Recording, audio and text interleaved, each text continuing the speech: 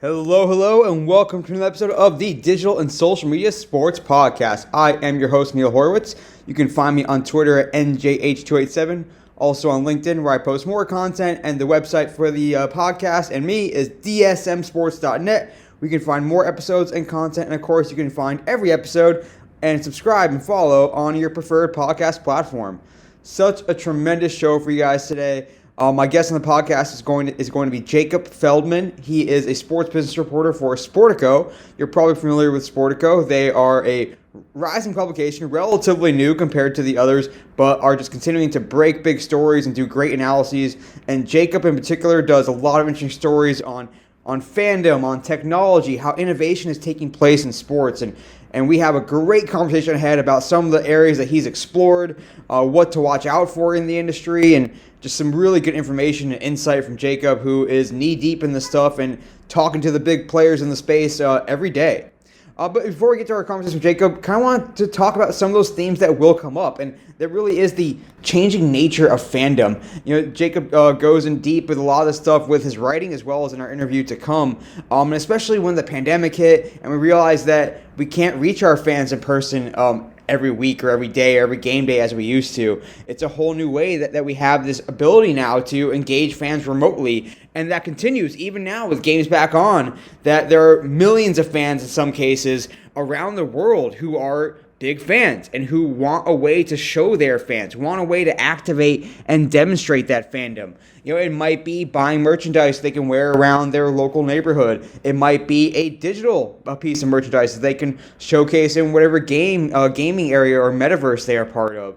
It's a way to show that if you're a fan of a team and nobody knows it, are you really a fan of the team? If you're a fan of the team and you're not doing something to demonstrate it, how do you know you're a fan of the team? And that's the sort of the question that we're trying to answer now, and the opportunity we're trying to uncover and realize in the sports business space. There are a lot of ideas out there. You know, we talk a little about in this interview with Jacob about NBA Top Shot and the NFT space, the way that fans can connect via these online communities, and really ways to show, again, activate that identity and show that you are a fan. And in some cases, of course, it goes even further where you want to show you're a bigger fan, the biggest fan, the most avid fan, the most knowledgeable fan. And it's really an interesting time for fandom and all these different avenues to explore, to activate, and to innovate in.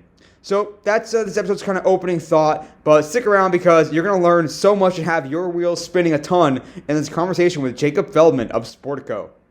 Right back with today's guest, and I am so psyched to chat with him. It's going to be a great conversation. I'm joined on the podcast today by Jacob Feldman. He is a sports business reporter for Sportico. And welcome to the podcast today, Jacob. Thank you so much. It's an honor to be here.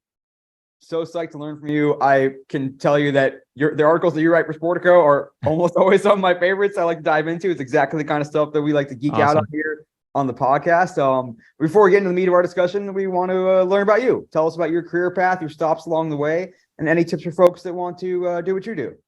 Sure. Yeah. Well, my career path actually started in fourth grade. I convinced my parents to let me use the printer. I printed out what I called the neighborhood newsletter. It was a catchy, inventive name, but it was about 2 or 3 pages stapled together, sold door to door, $1 an issue. Had about a circulation of roughly 40 homes. So I kind of always knew I wanted to be in writing, in journalism, and kind of wove from there. So PTA newsletter in middle school, high school newspaper. Worked on the college newspaper at Harvard, and interned with the Boston Globe while I was here. Got an internship at Sports Illustrated after college, and then landed, like you said, at Sportico. It's been a little over 2.5 years ago, and it's been a lot of fun along the way.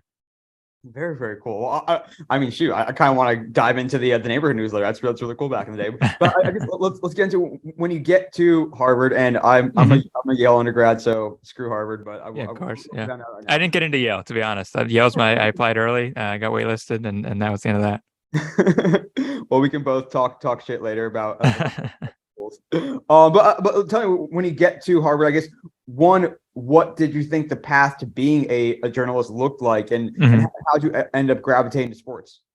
Yeah, it's well, I showed up at the Crimson, the school newspaper there, open house day one, and actually when I visited in the spring after I'd gotten in before I had enrolled or anything. I went by the Crimson 2, knocked on the door, someone let me in. So I was the eager beaver, first day, like I need to work here.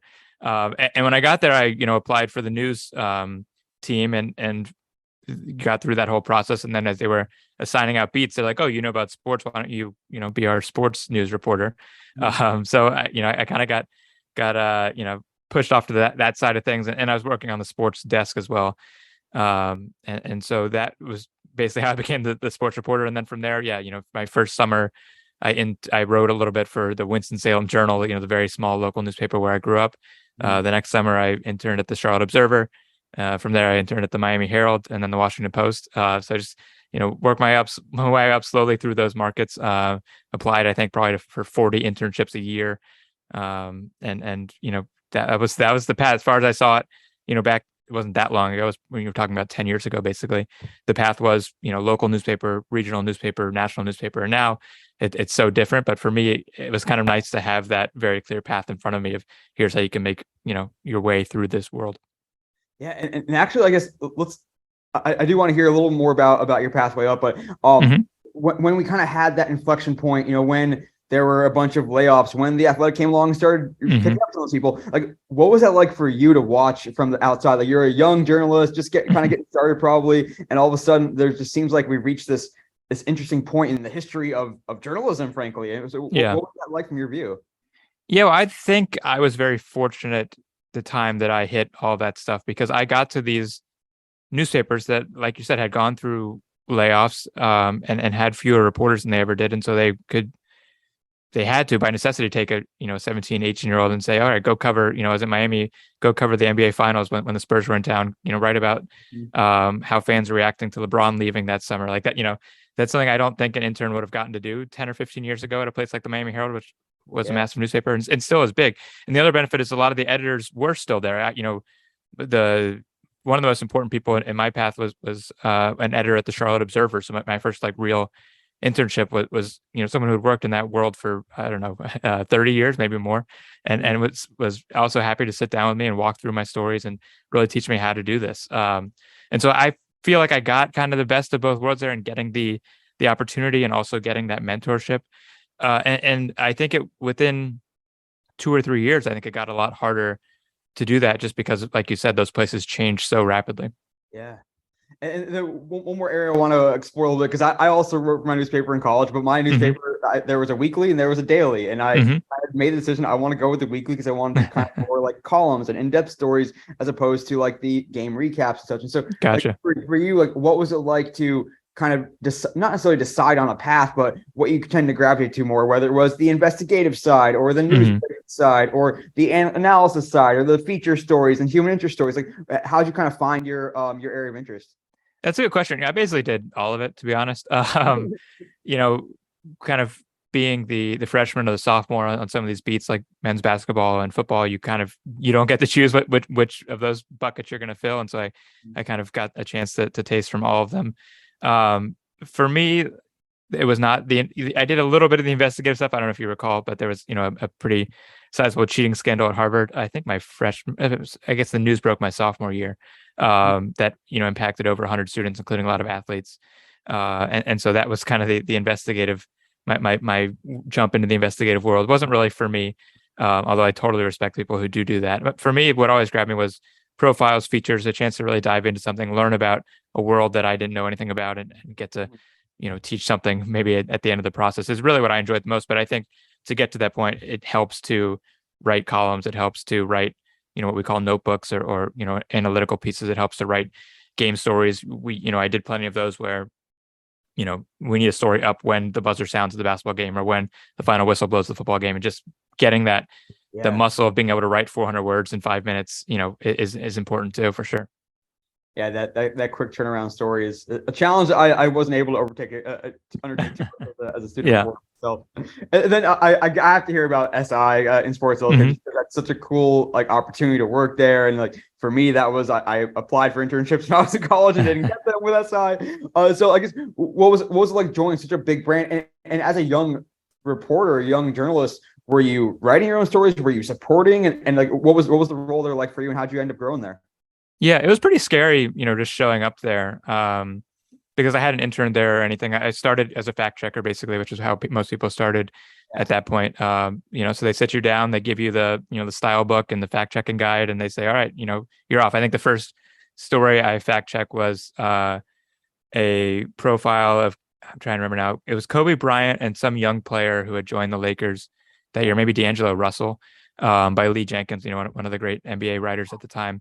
Wow. And that was it. You were off. And so, they really just let you learn to swim, learn to fly, whatever it is. And you work your way up slowly from there. But everyone there, a lot of people had gone through that same process. Grant Wall was somebody who had been a fact checker and had become, this big soccer writer by the time I got in there. Everybody had a lot of people had taken those steps. And so they kind of understood where you are. They were understanding of the mistakes that you make. But they all have this belief that, you have the ability to do that. And that was really powerful and really helpful for me early on. Yeah, I'm gonna geek out here for a second because I want to hear a little about what does it actually mean to fact check, and especially nowadays where there's so much quote unquote misinformation out there now. Like, what was it like to fact check then, and what does it look like maybe even nowadays when there is so much information out there? Yeah, well, it's an eye-opening experience. It definitely changes the way you read stuff, especially online. Like fact checking things, you just realize how inaccurate a lot of stuff you read online is when you're trying to find, a date or a weight or a time, and there's just like 4 different answers in 4 different stories. And it goes back to what we were saying before about just how quickly the pace of writing is now, is there often isn't time to fact check. And so I kind of came to quickly understand, okay, maybe 50%, maybe 80% of what you read on the internet is probably wrong in some way. And so that was eye-opening, but you do find the sources that are trustworthy, and you do kind of figure out the way to line 2 things up and say, okay, let's trust this one over that one, or let's go back and ask them which of these is correct, and you figure out the way to do it over time. No, it's super interesting, and I can only imagine how challenging it is, and it's only getting harder. Exactly. Yeah, no doubt. And so like you talked about knowing what sources to contact and just having sources in general. So and I mean I guess if you talk to the the SI luminaries who were doing stuff in the 80s, 90s, and before that even, getting sources was a lot different then. You actually use the telephone probably more often. And now we have Twitter DMs and whatnot, and other avenues, text messaging of course as well. So when you ultimately going from SI to Sportico, and now you're on this business beat, I guess tell me what was like to sort of learn what that beat was about, how much experience you had, and then I kind of want to dive into what it actually means to develop sources. Yeah. Well, it was a pretty big jump, mainly just in terms of the audience. At Sports Illustrated, I'm writing for sports fans, and at Sportico, I'm writing for people generally who work in sports or who are very knowledgeable about the sports business. And so I didn't study business or economics or anything. I studied history in college. So just like the business aspect of it was a learning curve of, what are earnings, what is market cap, what are, all these words people take for granted, and just kind of getting up to speed on that was the biggest challenge of that transition, and one that I think, will be helpful for me long term of having that background now. And when it comes to sources, I think everybody probably does it differently. And the most important thing is, whatever is most comfortable to you, or the avenues that feel easiest to you are the ones I would pursue, whether that is, cold emailing or DMing people saying, hey, I'm writing in this world. I just want to get smarter. I'm not working on anything specific. Would just love to hear what's interesting to you or what you want to read more about, or just introductions like that can get the ball rolling. Oftentimes for me, it's helpful when I am working on a specific story.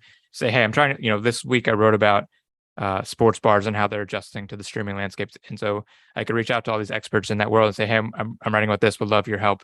And oftentimes this is true in sports business. I'm guessing it's true in most industries. People do want to help. People want to tell you about why their little corner of the industry is fascinating and interesting. And so when you can do that, and then when you can quote them in a story, and that to me, I feel like it has often been the easiest way to start to build a relationship, start to build trust. And then you can go back to them, every 3 months, 6 months, whatever, check in what's interesting in the space, what's not being written about, and just making that process as natural as possible, I think makes it more productive. Yeah, I mean, and certainly to your point, like if you're cited in a story as a credible source, that all of a sudden now you are positioned to all those readers as a credible person in this industry, and thought Totally. and all that jazz. Yeah, absolutely. And I kind of want to hear that about how, like the example you just gave of streaming and sports bars. I read that story, really good story, especially now with all these like OTT platforms that are showing Right. exclusive sports events. But it just in general, how do you develop like this is a story that is worth me writing, worth me going down the pathway of, is maybe different from what other sports business publications are doing, or maybe similar and different. So like, what's the anatomy of creating a concept for a story and then deciding this is worth me pursuing? Yeah, I think it's both very complicated and very simple. Like at the very simple level, it's just stuff I want to be reading about, stuff I'm curious about. It's often I'll Google something and I don't find a clear answer to it. I'm like, okay, well maybe there's a story there. If I'm Googling it, there's probably someone else out in the world Googling it, and maybe I can be the one to find the answer and write it and become that search result. So that's the simple version of it. Yeah, and then after that, there is a more complex version of trying to pitch it to editors, trying to craft the angle so it's specific and not this gangly mess of things. And I may be writing about this again, but to me, there's a lot of elements of the sports bar question of, the next generation doesn't root for sports in the same ways. They don't drink or hang out in the same ways. There's all these different trends that are shaping things. But for this story, it was simple to say, okay, let's just look at this one problem of everything used to be on DirecTV. Now not everything is on DirecTV. Right. What does that mean? Boil it down to one question, one answer. And that's usually easiest for one story. And so that process can be hard depending on, what type of thing you're covering. And then from there, it's a matter of just figuring out who are the experts, what are the changes, where are the controversies or the flashpoints of an issue. And that just comes from talking to as many people as you can. And then at the end of the day, sometimes the hardest part is synthesizing that down, boiling down what everybody's told you. Sometimes it's conflicting. Sometimes, they don't know all the answers and figuring out, okay, here's what I actually know. Here's what's actually interesting and put that in a piece. And then ultimately, like, how do you know if a story is successful? I mean, yes, there's so many metrics out there. There's page views. There is, new subscribers, new readers. But also too, like those can not necessarily lie, but a story that is really like interesting and significant to maybe a more niche industry might not do as many page views as a listicle about something that's more casual. But it still doesn't take away from the value of that other story and the credibility that it gives to you and the Sportico. So I'm rambling here, but I guess when you put a story out there, whether before and after, how do you know it was successful? Yeah, it's a great question. I don't know if anybody has the right metric there. As you mentioned, there are a bunch you can turn to. For me, my best stories, my favorite stories are the ones that start a conversation. Whether that's something that leads to changes in the industry, that'd be awesome. Someone reads this and says, "Oh, that's a great idea for a business. I'm going to launch a business and solve this problem." Whether it's just somebody, the next time I have a phone call with somebody, they're like, "Oh, that was interesting. I hadn't thought about that. Did you think about this X and Y?" Back and forth. Like, to me, the best stories start a conversation. They don't end a conversation, if that makes sense. And so I'm not trying to solve this. I'm not trying to, put a period on something. I'm trying to say there's something interesting going on here. Something still being figured out. It's not for me to get there, but it's for me to say, hey, what's going on here, and then let folks take it from there. Yeah, and I'll tell you that, and you can pass on this question if you need to, but I guess I think about the space that you're in, this greater sports business space, and the old grandfather, the old gray lady, for lack of a better term, it was like Sports Business Journal (SBJ), and I think they kind of realized a lot of their audience was the sort of the executive suite, but that was a very rapidly aging audience and demographic. And now we have a lot of these young movers and shakers. We have up and comers. We have new technology entering the fray, new startups. And so I guess like are you trying to write or find the things that a wider demographic will look at, or like is it still like is the executive suite still driving a lot of that because they still hold the purse string, so to speak? Yeah, that's a good question. I don't think too much about that aspect of it when I'm deciding what to write, I guess. Like, as I said, I think to me, if it's interesting to me, I'm hopeful that it will be interesting, to people in the C-suite, but also to people lower down in the organization. At the end of the day, I think if we are impacting that top level conversation, that's where you want to be. That's where you're the most important and most valuable, and you become kind of a must have resource and a must read every day.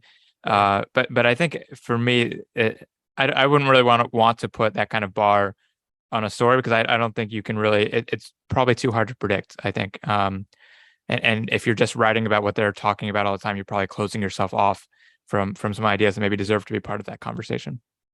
No, that's a really insightful and interesting way to look at it. Of just, we're not necessarily trying to echo and amplify what other people are talking about. We're trying to Mhm. start the conversations and Totally. be the ones initiating them. And the sports space, obviously, the last few years has been in quite a lot of upheaval in good ways and bad ways. We had the pandemic and Mhm. sports shutting down and just a rapid acceleration of a lot of things. Some stuff, quote unquote, came back, and some stuff are kind of here to stay. So when you started looking at this rapidly evolving ecosystem, when there were no games going on, when there were layoffs, like what kind of trends did you start to see, and what did you start to gravitate to? Whether it's digital fan engagement or the role of sports organizations when there are no games, like Mhm. that was an interesting time to kind of be alive, I guess. Yeah, So absolutely. how did that affect your own perspective as well as the stories you started going after?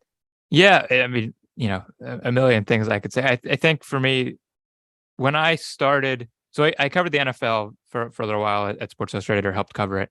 And then I kind of, I wrote up this 1 page, maybe 2 page document of what I want to be covering is how sports media is changing, how the way teams and fans connect is changing. And one of the first responses I got from that, from an editor who I won't name, was like, "Is there really enough there to write about consistently? Like, are you sure that's not a story and not a beat?" And 3 years later, I look at these things, and as you mentioned, the pandemic was a huge factor in this, but it's changing so rapidly, from the media angle, from team fan engagement, from merchandising. I've written a good amount about collectibles and NFTs, and that whole transition. All of these things are moving to become digital in a way that they weren't. Sports, I think, in a lot of ways, is one of the fastest moving industries because it is a little bit smaller than some other big things. But it's also a fairly slow moving industry in a lot of other ways. And so to see those changes happen like basically overnight during the pandemic was really fascinating. And now we're kind of seeing a proving point of, are these things worth keeping? Are they worth pushing forward on? Or should we put these ideas back on the shelf? Maybe they weren't ready yet. And so we're still kind of in that process, but it was definitely, a huge shakeup point, and an opportunity, to pull forward point for a lot of technologies. And I think we're still trying to figure out exactly what the ultimate impact of that period will be. Yeah. Is there a little bit of I guess first off, let's just talk about what's kind of driving those innovation drivers, I guess. And like we think about the kind of the dilution of revenue streams that are still very much around though, but the gate receipts aren't quite as important as they were, 20 years ago, 30 years ago. We have the idea of how do you monetize digital fan engagement for fans that will never step foot in your building. You certainly have the media rights and different ways to pick them apart and sell them in different parts so that they add up to an even bigger pie. And so like, are you seeing this vast paradigm shift, and I guess what areas are really driving the most interest in innovation? Is it that sort of digital monetization? Is it sort of that changing media environment? Like what do you see when you kind of see what is kind of driving some of those different experiments and different avenues? I think at the base of a lot of it is a concern, a fear, that the next generation of sports fans, or the next generation of possible sports fans, are getting better experiences elsewhere, whether that's Netflix, whether it's Snapchat, whether it's TikTok, YouTube. Um, you know, 30 years ago, if you were an 18-year-old and you wanted to be entertained on a Monday night, you watched football, right? That was what was on. That's what your friends were talking about. And now you have thousands of other things to spend time. Video games is another massive, quote unquote competitor that I didn't mention there.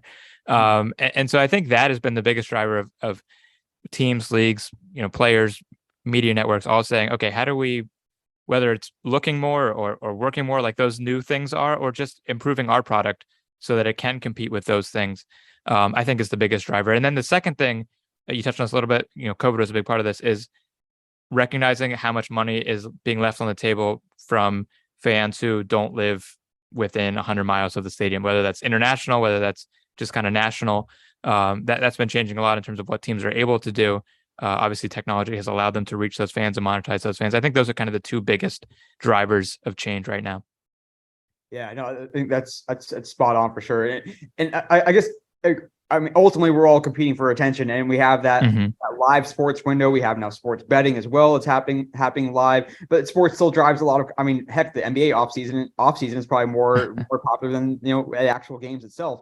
And so we see a lot of focus on maximizing that live window, and in many ways, that is what keeps sports. What's keeping the cable bundle alive? That's for damn sure. So, do you see I guess what kind of focus do you see on we're going to own live, that's going to be our thing, versus hey, we want to compete with Netflix, so that even if there's not a live game going on, you're still engaged with us and our brands and our content. So like it's a little bit of probably a little bit of both, but like what are you seeing in your own research and your own reporting?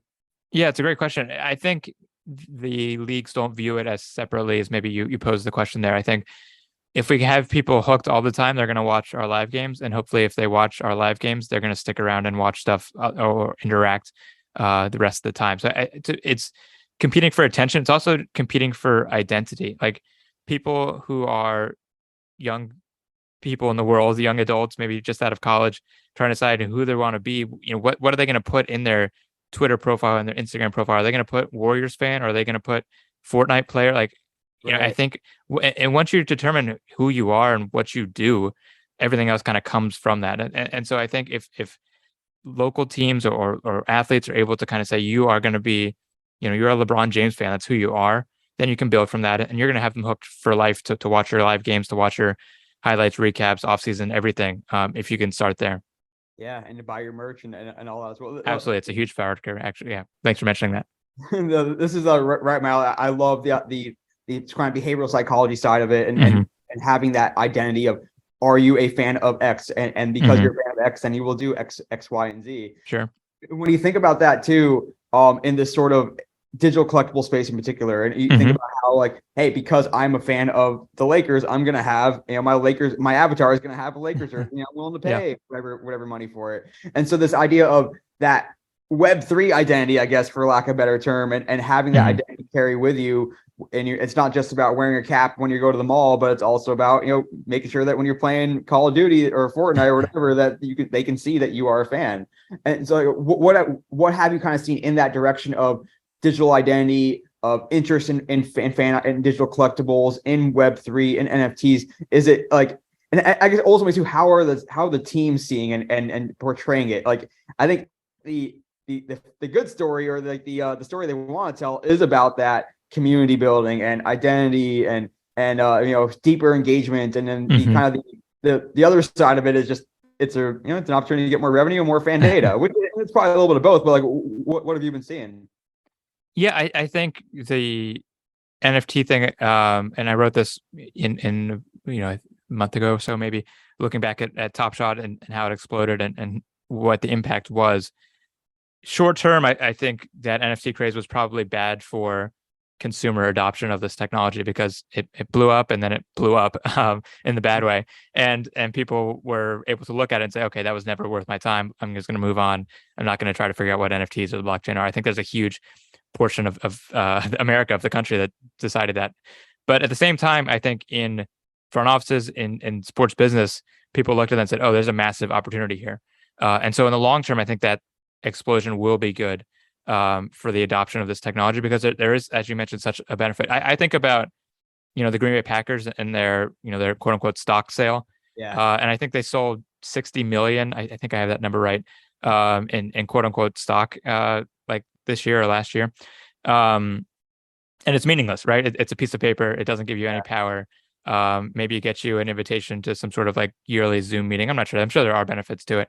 And to me, people, maybe raise an eyebrow at that, but it's kind of understood that it makes you feel like you're part of the Packers. That's it, right? And to me, that is the value that NFTs have as well in a digital front, and can be more valuable, right? Because you can use them to unlock more benefits. I think you could be, in a chat platform, whether it's Discord or whatever, only with the other hardcore fans that bought the same player NFT or whatever. And it's a confirmation of identity. It's a way to lock that in if you're the team, and it's a way to build on that. It's a way to reward those people. So I think there is a massive potential there. We're not there yet. There's a lot of complicated decisions and products that need to be built. I think we're probably 3 to 5 years away from that vision of all of this stuff kind of being brought together.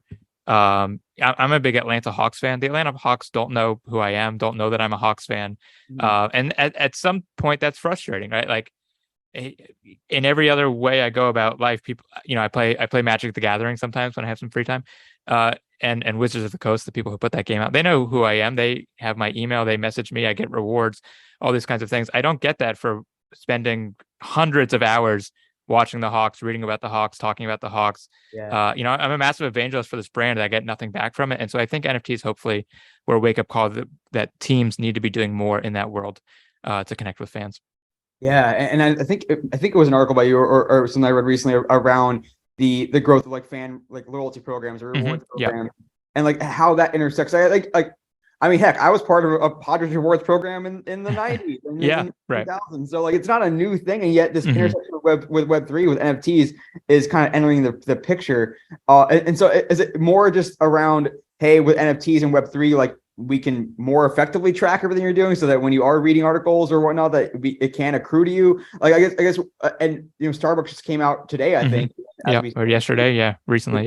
With their kind of Web3 version of their rewards program. And some people were kind of jokingly asking, I saw on Twitter, like, isn't this just a rewards program? But I read more about it, and there's more to it as well. And so like, give our listeners an idea of like what should or could a Web3 based rewards program look like for sports organizations moving forward? Yeah, I mean, we could talk about this for 2 hours. I'm really fascinated about this question. There's a lot of different kinds of rewards programs you mentioned. I mean, the most obvious one is, you get 5% back on every purchase in some form of point that you can then spend. That's, kind of the easiest way to do it. Another version is a membership style, like, Prime or all these other things where you spend $100 a year, you're part of this, product or community or whatever, and you get benefits from that. There's a new version of that you actually, I think Spotify is a great example of this with the Wrapped that comes out every year. I haven't written about this yet. I don't know if I'm going to do it on Twitter, Sportica, or what. But I think about what a sports version of that might look like. If you could tell me how many hours of each player I watched, how many touchdowns I saw, how many Aaron Judge home runs I caught, how many debates I got in, which take I was the wrongest on, all these sort of things, and package my year into fandom. Like there is nothing like that. And so it just feels oftentimes like you're just, if your team doesn't win at all, you leave the stadium unhappy so many times. And I think it's just that waste of time factor of like, what did I put in here? And so giving fans a sense of achievement that they're building towards something, that they're getting closer to the team, that the team hears them and respects them and appreciates their support. I think I ended that story. I think this was the final version. Talking about like fan appreciation night, like, teams when they're having a bad year towards the end of the season will have a fan appreciation night, and maybe it's half off hot dogs or something and a bobblehead. But it should be every night should be fan appreciation night. Like these are, that is your entire business. The idea that, you'd only do that one night a year or 1 week a year is I think, pretty backwards and it is changing. And so I'm excited to see what form that takes. And is there like, let's speak briefly about the changing nature of fandom as well. Like we have, I think there's a lot of sports people, the sports business people that hope that there'll be a lot of sports bettors, and all of a sudden that will help increase your fandom, or at least have a casual observer that has never been a fan of your team. Well, they have a bet on your team, so now they're going to root for your team. Or you may have an NFT of a player that goes up in value, and so you want to be a fan of that player. And so I guess like the traditional, more romantic idea of being a fan is falling in love with the team, is living and breathing it, is going to the games when you can, or even having on the bucket list to go to a game. Like, are some of these more speculative sports betting, more like value driven, like, hey, what's in it for me? Is that diluting fandom, or is there a happy marriage there that's just going to ultimately, the romantic side of fandom is still going to be there? Yeah. It's a great question, because I think this is a big part of my story that I ended up cutting. I think going back to what we were saying before about like just focus on one thing, because right now, because we're not getting that kind of experience from our team, we're getting it elsewhere. And fantasy is the clearest example of this. Like I have a fantasy team, and I ride, I go up and down with that team. I have Josh Jacobs and Daniel Carlson. They had great Thursday nights. I was excited. I was watching that game. And fantasy is a great example of that. Betting is another one, like you said, where it gets you invested, but you're not invested in the team. And this is where I think I differ from some people. I know some of my colleagues have different opinions on this, and maybe they're right, maybe they're not. I don't think it builds real loyalty. And while a lot of these sports books might have the same incentives as teams right now in terms of getting people to tune into games or getting them more invested in a team or a season or a game, that's not always going to be the case. I mean, we've seen already a lot of these companies saying, oh, like my online casino is actually more financially effective because you make better odds and all that. So maybe I'll just try to move my sportsbook people into that world, or maybe I'll even create my own digital football games that people can bet on so that I can run them 365. It's not always, sports doesn't have a monopoly, on these things. And especially the more they let sports books or fantasy platforms mediate that relationship, I think the more danger they put themselves in. It kind of reminds me of, going back 15 years ago, what the movie studios did with Netflix, right? They're like, oh, if we put these movies on Netflix, we'll make a little extra cash. Yeah, it's free People will money. be able to watch them a little more easily. Maybe they'll become fans of our franchise and they'll come to the movie theaters. And then all of a sudden, it's like, no, people are now Netflix fans. They're not fans of what you guys are doing. And I think that you run the same risk if you're relying on these other platforms to generate excitement and investment rather than doing it directly. Yeah, no, and heck, even the talking about Netflix there, like maybe think about the idea of fandom in general and what's happening. Fans of just IP, fans of a team, fans of a show, and exactly how that is really like kind of moving the needle a little bit on. Yeah, I didn't mention this in the story, but yeah, like Marvel has its own fan rewards program, right? You move up the levels and you get special wallpapers and you get all these things. Like there are all sorts of other ways, other things you can be a fan of. You can be a fan. We maybe get to this. You can be a fan of a certain novelist, maybe, and you're reading their books and you're talking to friends. Like there's all these sorts of different things that you can build community around these days. And so I think sports just have to continue to keep up and compete with those other realms. Do you find it, and just a couple more minutes left here with Jacob Feldman, Sports Sportico, we can talk so much more if we get to the serval stat. Like I always used to think that sports, and maybe it still does, sports is kind of on the leading edge, the cutting edge of newer technologies because of the passion driven side of things, that fans will do anything they can to get closer to their team, and sports organizations are kind of investing in those new technologies because they can try them out, because they can amass these huge masses of people together. It's like, is sports still in that driver's seat, and are they still taking chances and being innovative with technologies, or is it just as much they're borrowing from other industries and letting others kind of be the early movers and adapting to sports? I think it depends on what vertical you're looking at, but I would put it more in that latter category. And before I really got into the speed, I definitely would have put it in that latter category. I think I've seen some examples where sports are faster moving. And the other thing is, I've recognized there's other industries that are even slower moving. I wrote about kind of the origins of Top Shot. The founder of Dapper Labs wasn't a huge sports fan, wasn't a sports fan at all. And they had all these ideas. They launched these, crypto kitties, these like cats that you could breed on the blockchain. And they were looking to do something like that, but with some IP behind it. And they talked to dozens of companies, movie studios. I think everybody in the Web3 world is like, oh, Pokemon on the blockchain makes a ton of sense, right? But these other industries move a lot slower than sports. Like sports loans, like, oh yeah, we'll try that. It's kind of like sports cards, whatever. We'll give it a go. So there are some examples, but for the most part, sports is slow. I think we're seeing in entertainment in general. I look at like ticketing is a great example. It hasn't changed that much, even as the world around it has changed a ton. The season ticket model has not changed that much. The media model in terms of just how to watch games is very slowly moving to where the rest of entertainment was 5 years ago. So I think whether sports is being dragged or sports are finally coming around to some of these innovations, it is happening now. And we can go back to the pandemic thing. I think that was a big push, and it's also just kind of where the money is, right? Apple and Amazon have the money, and so they're going to be the things that are going to be slowly gaining a bigger and bigger foothold in sports. But it was slow in the past. I think it is speeding up, but they still have a way to go to catch up to some of these other industries, especially as we start talking about metaverse and VR and all these new technologies. One more thing for serval stat, although we could go on so many more paths here, Jacob. And I want to kind of jump off of that a little bit and think about how these huge, and I'm trying to think of the right way to put it, but these huge blowups and how that affects the pace of innovation in sports. Like when there's a big crash in NFT value, or when there is, of course, the FTX fiasco and the various sponsorships that go with it as well on the sports side, and even the coverage and the effect that a well-sourced sportical story can have on the perception of a given technology or industry or innovation. Like, are we too quick to dismiss technology and innovations because of one big crash, or are we enjoying the rapid high at the beginning and not willing to see it settle sort of where it's going to be? Like, how do you make sense of those, that the roller coaster essentially of some of these things? Yeah, it's a great question. Again, I think a lot of times these things are experiments, and sports treats them that way. And when they blow up, they don't have the infrastructure or the oomph or the momentum to like continue to envelop things, and then they slowly fade away. And other times they don't blow up and people say, okay, well, it wasn't worth trying, when in fact they, if they invested in more into it, it could have been better. I think sports Yeah. are generally fairly conservative on these things of, we have a good business, our values are going up, people love us. We don't want to risk that. And I can't, and then every once in a while when they do and it goes poorly, like, okay, we're definitely not risking that. We're done. We're not.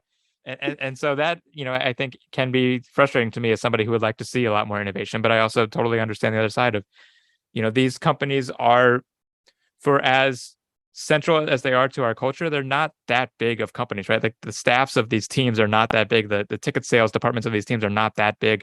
They have a business to run. A lot of those departments were cut back over the last couple of years.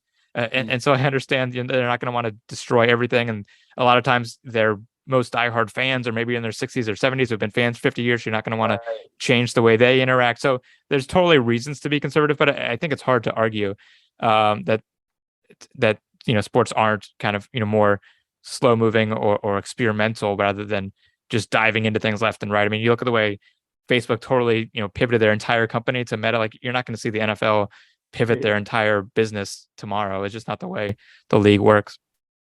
Yeah, I think a cool trend that we're seeing more and more, and frankly, my employer is a result of this trend a little bit, is like these sports organizations incubating a little bit and allowing themselves to be tested out and investing in startups, having like startup days or Shark Tank type days that allows them to sort of take those swings with maybe less proven or less tested companies. Yeah, and it's been cool to see. I mean, it's definitely, certain teams and organizations are much more interested in doing that. Like the Sacramento Kings are trying all sorts of crazy stuff. They're lighting the sky up. And I wrote about the Orlando Magic when I was writing about the fan loyalty program. They've got a really cool, fan loyalty, badge system that they're rolling out this year. And so you are seeing lots of teams. And then, as you mentioned, a lot of these teams now have startup incubators and are giving these startups a platform to try things out. And, you look at what like the Falcons are doing with some of the game day innovations that they've put on there. So yeah, there are things happening. I just think it's a question of, whether the organizations view this as a side project or the future of their business. Yeah. Well, Jacob, we're going to have some fun with you in our sidebar segment. We can talk so much more, and we will. But first up, the shareable stat coming up right now. Sounds good.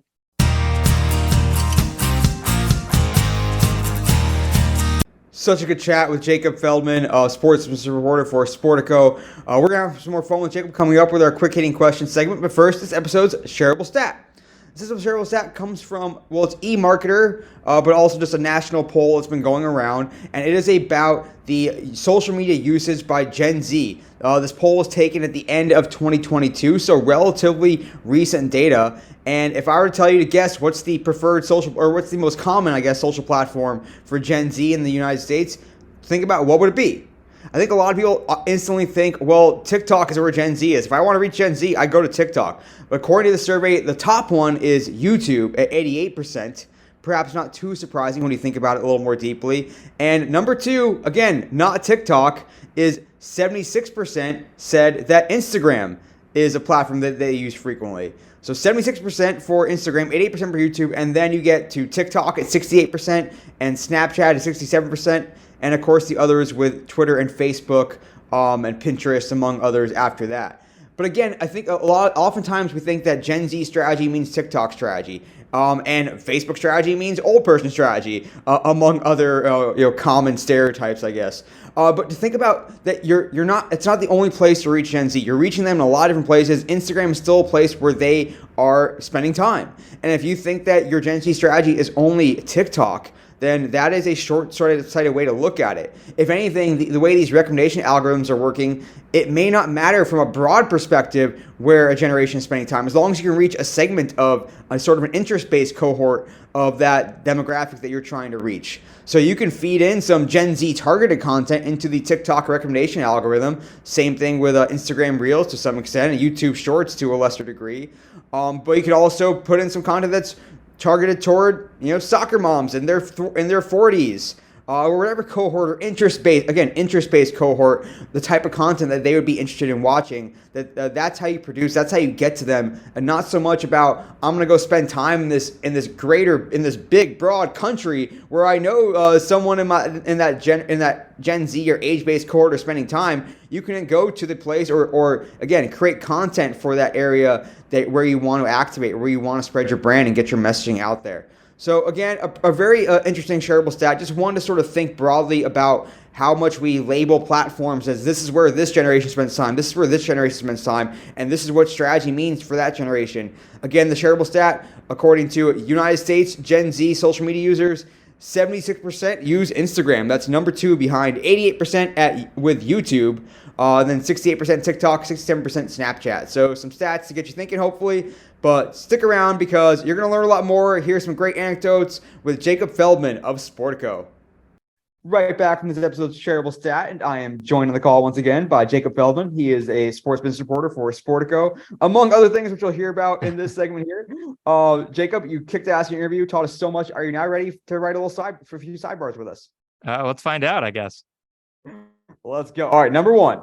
So you are part of the Sunday Long Read. If no one, I guess I'll let you tell about what the Sunday Long Read is, how it started, and why you do it, because it's a really great thing. Sure. Yeah. So the quick pitch, Sunday Long Read. It's every week we send an email newsletter Sunday mornings, the best journalism of the week, and so we've been doing it since 2014. We being since at the beginning was me and Don Van Natta, Pulitzer Prize winning reporter, previously the New York Times, now at ESPN. And he had just been tweeting out stories, I think on Saturdays or Sundays or something. And then someone had emailed or responded to a tweet saying, have you thought about turning this into a newsletter? And I responded saying, I had never talked to him before in my life, but I enjoyed these recommendations. That hey, I run our Harvard Crimson newsletter on MailChimp. I can totally set you up. And I thought that was going to be it. I could set him up with the newsletter, teach him how to do it, and off he'd go. But he was very generous. He's like, hey, you want to do this with me? So now I kind of help pick the stories and everything, and it's really been valuable for me as a writer, as a reader. It forces me to read these long stories that otherwise I might not give myself time for. And that's ultimately the mission of the Sunday Long Read, is to say, let's take a step back. Maybe it's an hour on Sunday. If it's another hour in the week that you can carve out, that's great. And read the stuff that we don't spend time on, the stuff that slips through the cracks of our attention when we're too obsessed with Twitter and takes and what's happening right now. And I think the reading has been extremely valuable for me as a writer. And so trying to put it all in one place for other potential writers or just people who've missed that joy of reading that's so hard to, I think, carve out time for is ultimately what we're after. I highly recommend it. I love it. I end up reading so many stories from it all the time, and even seeing like the comics and stuff for fun in it too. And I was so curious to learn how back then a kid gets involved with this huge reporter who's so well known, and it's just really cool to hear how it came together. Yeah, absolutely. Yeah. So always send that tweet. You never know where it's going to lead. Hell yeah. Number 2 for you, Jacob. Tell me, going back to your time at the Harvard Crimson, tell me the most memorable story that you wrote. Yeah, I think going back to what we were talking about writing stories at the buzzer, at the whistle, I wrote a game story.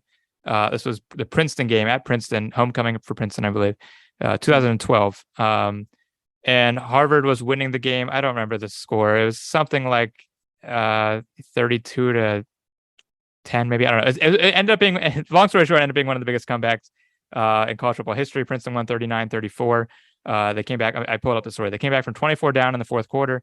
It was Harvard's first loss in 15 games, changed the balance of power in the Ivy League, and has really, kind of changed things. But, that was a story where I had something written at the beginning of the fourth quarter. Things were marching along, and all of a sudden the script is flipped.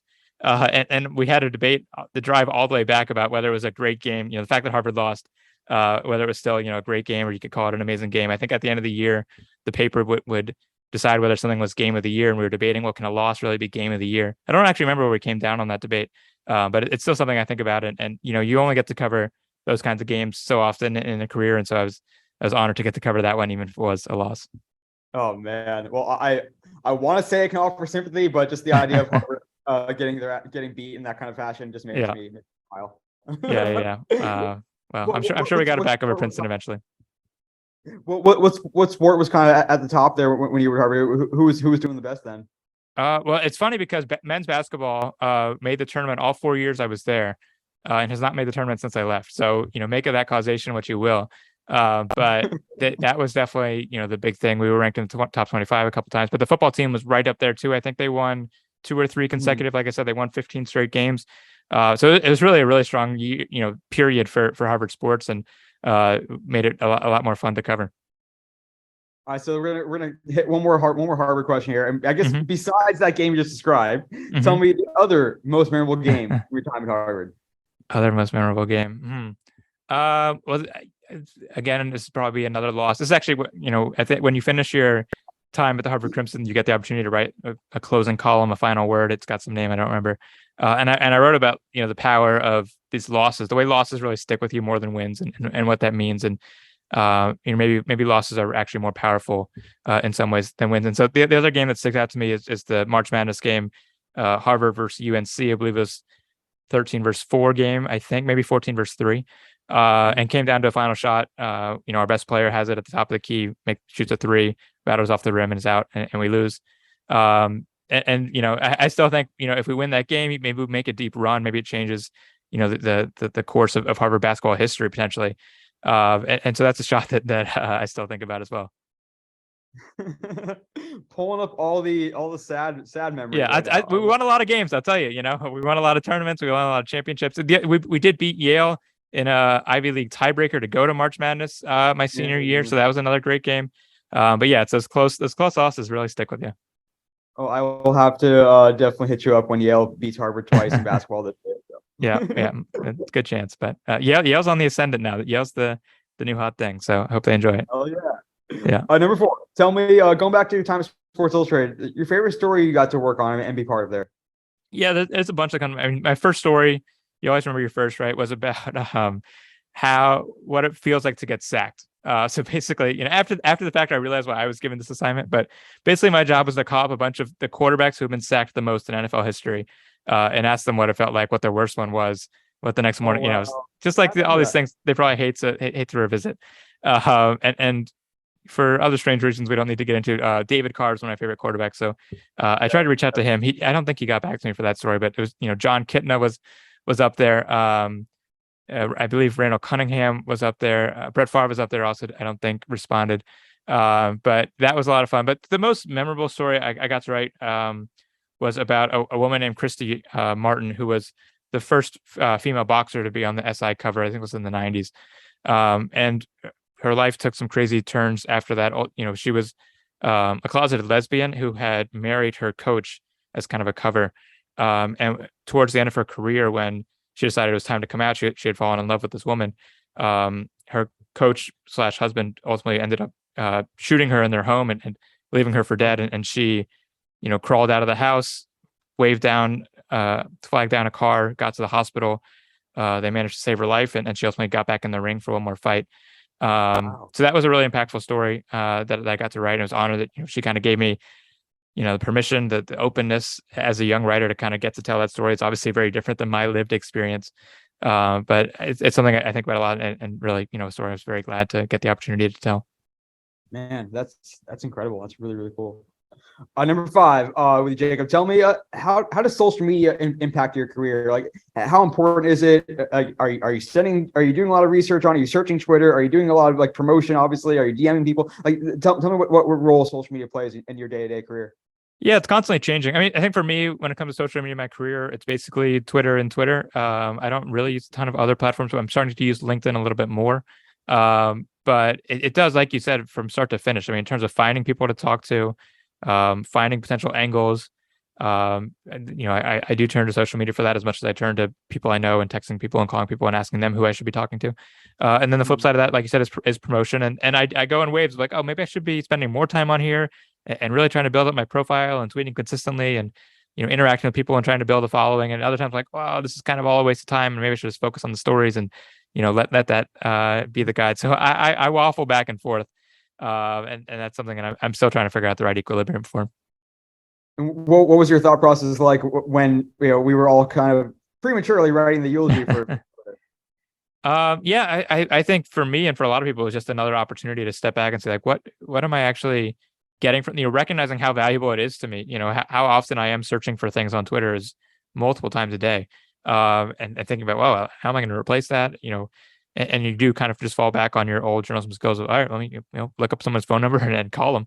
Right. And so and then the promotional side is another thing. It's kind of the opposite of like, oh, well, should I really be putting all my time into this if one day I could lose all these followers and I don't have any way to stay in touch with them? And we see a lot of reporters start newsletters around that time and say maybe this is a better way. And so again, I think it's something that doesn't fair. I'm very curious to see what the role of Twitter in the sports world looks like a year from now. And we'll see, over that period, how journalists kind of find a new role in the platform at the same time. Yeah, no, I think it was a good exercise for anyone that whose primary audience is on Twitter to be like, what happens if I lose the audience? Like, where else could I get after them? How else can I create that community? It's like really interesting time. Yeah, and I think it also shows like who you really care about following, right? Yeah, because people were like, oh shoot, like I need to get on this person's email newsletter, or I need to write down this person's name so that I can add them to my Google alerts. Like thinking about all these things that you get through Twitter and how important some of the stuff. Like, okay, great. I follow a lot of people. There's probably 100 or so that I would really truly miss if Twitter went away. So I think it is valuable to like think about that and maybe think about how you can support them otherwise and keep in touch otherwise, just in case, but also just to build a deeper relationship with them. Totally. No, it's a good call out. Number 6, I want to hear. These days we talked about how journalism is changing so much. So tell me your number one piece of advice for aspiring writers. Yeah, my number one piece of advice is to find a niche, and to focus really on. When I did but as I mentioned, I don't, maybe I haven't mentioned this yet. I taught a sports journalism class at Brandeis last spring. It was a ton of fun. And I did a class or two just kind of on this topic of how to find your way into the industry, how to think about building a career. And my advice when it came to finding niche is like, what is it that your friends just like tell you to shut up about? Like, what are you finding people don't want to hear you talk about? Because if you're so invested in that, you care so much about that, I'm willing to bet there are, maybe it's only 1,000 other people in the world, but the world's a big place, and 1,000 people is enough to build a career on who also care about that small issue, whether that's, analytics in a small sport, or whether it's, the economics of swimming. I don't know. You can make anything you want. And then the other part of that is, we kind of had the students do this. It was kind of like a grid, right? So you pick a sport or subject area, you pick the way you're going to cover it. Maybe you're going to focus on analytics, you can focus on the people, whatever. And then you pick the platform. I think if you can kind of be specific in each of those 3 categories, you're going to find yourself very quickly doing something that's totally unique, and eventually valuable enough that whether someone hires you to do it or whether you're able to build a business yourself around it, I think it will be sustainable. I love that. It's really, really sound advice. And I mean, these days, like there truly is a community for everything. Like there's any sort of niche interest you have, you can find it. And that kind of segues to my next question, which is, what does the future of journalism look like? I'm thinking about, whether it's platforms like TikTok, you can literally go down a rabbit hole of any little niche you want to find. And you have that short form video. You have the idea of a lot of curators right now that are basically looking at other people's stories and pulling out the best parts and creating whatever little graphics or video sounds. Like what do you see as where this industry is going, and how to make sure that it's still thriving years from now? Yeah, well, I think as you mentioned, like storytelling is maybe more important than ever because there are so many different ways to do it. So many people that are hungry for it. Like we spend more time ingesting stories of various forms each day than I'm sure humans have ever done in the past. Like you used to maybe spend 30 minutes around the campfire at the end of the day, or maybe you got the newspaper in the morning. But now, like literally all day, you're getting stories in one form or another. Maybe it's a push notification, maybe it's a chat message, whatever it is. So there's more surface area to kind of find your way to carve in some space and make yourself part of people's routines. What that form takes, again, goes back to what I said in the previous answer, is like whatever you feel like you're best at. If you feel like you're best at telling stories in a video format on YouTube or maybe shorter on TikTok, fantastic. Figure out the way to do that. And if you figure out that writing and words is kind of what you enjoy, what you think you're best at, there's newsletters, there's social media platforms like Twitter, there's online publications like Sportico. There's a million different ways to, once you have the skills, to figure out the best avenue to pursue them. So I'm really excited about what form it takes. There's a ton of new business models. It's a lot easier now than ever to build your own business. There's all these tools that'll help you do that, as we've kind of used with Sunday Long Read to some extent. And so I'm excited to really, rather than having to get shoehorned into being the crime reporter at the Albany New Herald, you can cover what you want to cover, and if you do it well, people will find you. Yeah, a couple of themes there too. Like, one being that we think back maybe 5-6 years ago when Fox Sports famously were like, we're gonna do all video and there's no more Mm-hmm. text. I think we've come to see that reading stories in text form is still here and not Absolutely. going away. Yeah. And then the other thing being oh shoot, escaped me right now. I got too many wheels turning in my head right now around. Oh yeah, Yeah. Yeah. the idea that we're willing to pay for stories with Mm-hmm. the Athletic, with Sportico and the subscription there, and the idea that like just because it's on the internet doesn't mean it has to be free. You pay for value, and I think that's a good thing that journalism is benefiting from.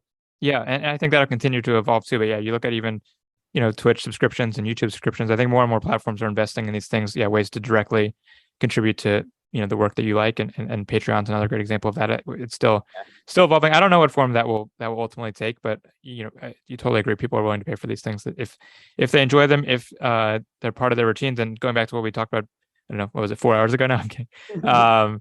If it's part of their identity, right, then they're more than willing to.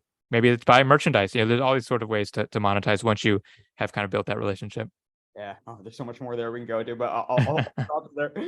Our time, because it's time for our food question. We always got to ask a food question on the podcast. So tell me, I'm gonna make this a two-parter because you live in some good food places. One, I know you're in Boston now, but previously in New York. So tell me, in New York, what was the best meal to get, and where'd you get it? And then the part two of this question is down in Winston-Salem. What's the best barbecue? What's the best? Oh boy. Well, there's a whole like family feud behind this, as far as I understand. But there's a barbecue place that's split now. There's like two competing ones. But I think it's called Real Q now. It's like a small shack off, kind of down under a hill, basically. Got big smokestack on it. That's my favorite barbecue. It used to be called Little Richard's, but I think they changed their name after some like family infighting. And which is how you know it's good, right? If the food can survive some sort of major rupture in the family, they must be doing something right. I think that's what happened. I don't know. And then in New York, I'll answer it this way. Like you mentioned, I'm in Boston now. So when I go back to New York, or the thing I miss most in Boston that I try to get every time I go back to New York is some spicy Asian noodles from I think it's pronounced Xi'an noodles, Xian. And I used to volunteer at the Museum of Modern Art. It used to be a place right around there that I would always go to. I think it's 51st Street. But I think they're all over the city now. So that's my go-to when I need a quick lunch when I'm back in New York. Very nice. All right, we got some spicy noodles and we got some good barbecue. Exactly.